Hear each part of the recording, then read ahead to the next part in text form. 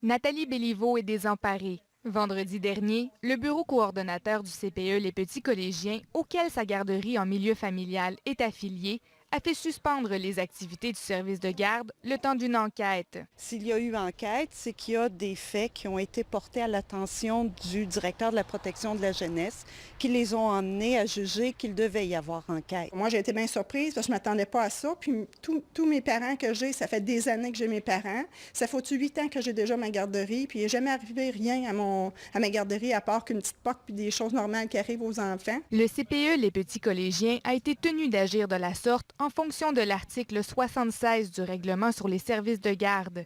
Il stipule que le bureau coordonnateur doit suspendre la reconnaissance de la responsable immédiatement lorsque celle-ci ou une personne qui réside avec elle fait l'objet d'un signalement retenu pour évaluation par le directeur de la protection de la jeunesse. On ne fait pas ça couramment.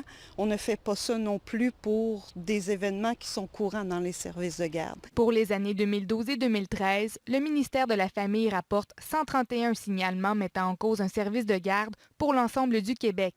Pour le CPE Les Petits Collégiens, il ne s'agit pas d'une première. C'est pas une pratique courante. Je pourrais dire peut-être 1 ou 2 fois par année. Le bureau coordonnateur a proposé une relocalisation des enfants touchés par la fermeture.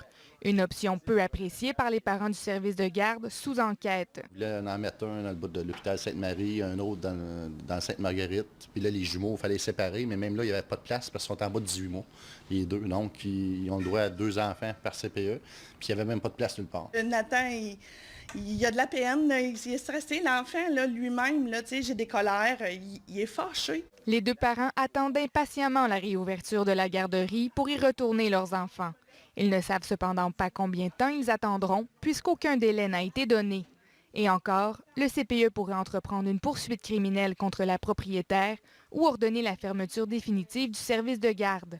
Des options redoutées par Nathalie Béliveau, qui perdrait à la fois son gagne-pain et un métier qu'elle aime. Ici Valérie Houle, Radio-Canada, Trois-Rivières.